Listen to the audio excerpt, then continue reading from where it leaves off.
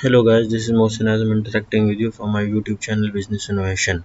Today we are going to start our third part of our lesson number 3, which is condition of contract, important clauses from condition of contract. So in part 2 we discuss the suspension and resumption of works, termination by the contractor and termination by the employer.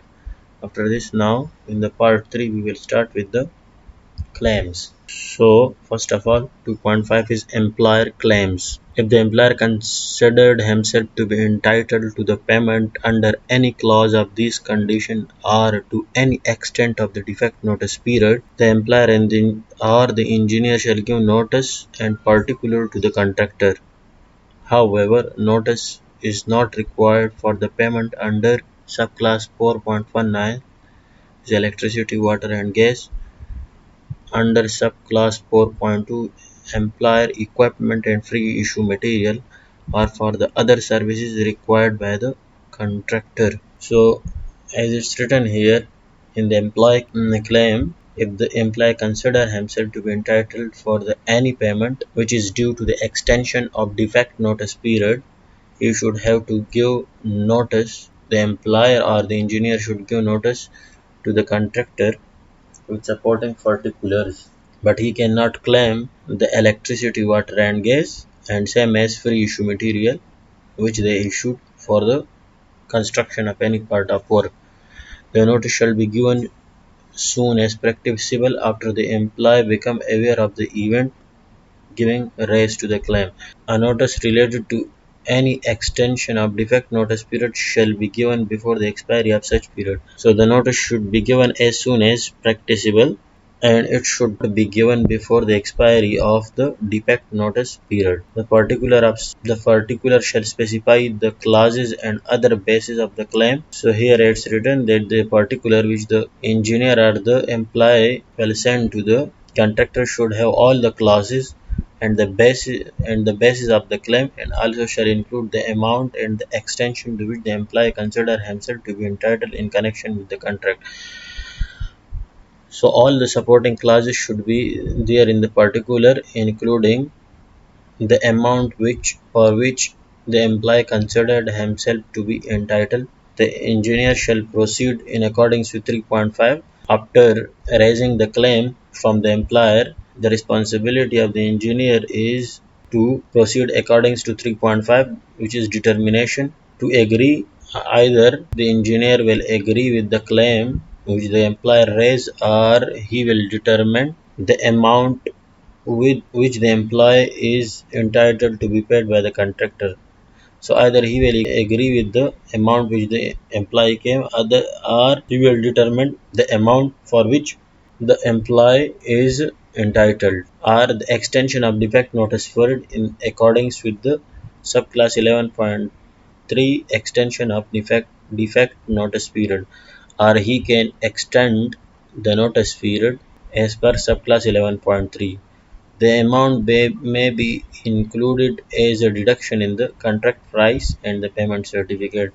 So, after determination from the engineer, if the engineer agree for the any payment, this amount should be including in the as a deduction in the contract price. So it will be deducted from the contract price and the payment certificate. The next is 20.1 contractor claim. If the contractor consider himself to be entitled to any extension of time for completion or any additional payment under any clause of the condition of this condition, the contractor shall give notice to the engineer, describe the event giving rise to the claim.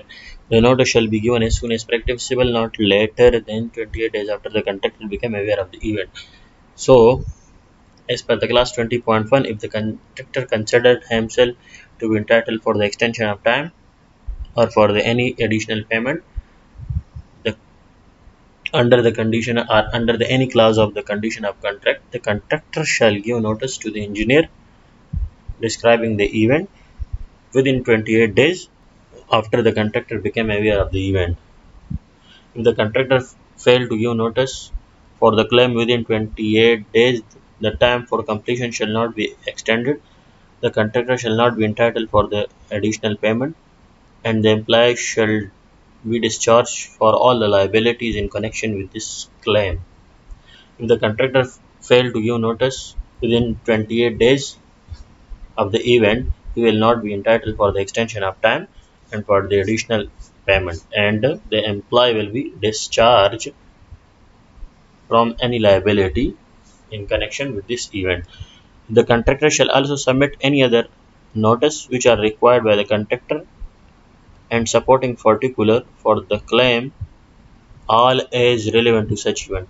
If there is any other claim related to such event or other particular, the contractor should have to submit within 42 days after the contractor become aware of the event, give rise to the claim. The contractor shall send to the engineer a fully detailed claim which include full supporting particular of the basis of the claim and the extension of time and additional payment claimed. So what is here written here is that within 42 days after raising the or after giving notice for the delay from the contractor side, he should have to submit within 42 days the full supporting particulars of the claim and the extension of time and the program for the extension of time and the additional payment for which the contractor consider himself to be entitled. Now, if the event is continuous, means the event is not yet closed, then this detailed claim shall be considered as interim. So if the event is continued, then the claim which we submit within 42 days will be considered as interim. The contractor shall send further interim claim at monthly interval. So after, if the event is continued, at every month the contractor should have to submit the fully detailed particular giving the accumulated delay and the amount claim, and every month he should have to submit the impact and the claim amount, and if there is any further particular the engineer request. Upon the completion of the event within 28 days, the contractor should have to submit the final particular for the approval of the engineer. Within 42 days after receiving a claim or further particular supporting as previous claim, the engineer shall respond as approval or disapproval or detailed comment. He may also request any further particular but shall nevertheless give his response on the principle of the claim. So after receiving the claim within 42 days, the engineer should have to give a response either by approving the claim or disapproving the claim, or he can comment or he can request further particular of the claim. Each payment certificate shall include such amount of any claim. So the payment certificate should include the claim amount. The engineer shall proceed in accordance with subclass 3.5 to agree or determine.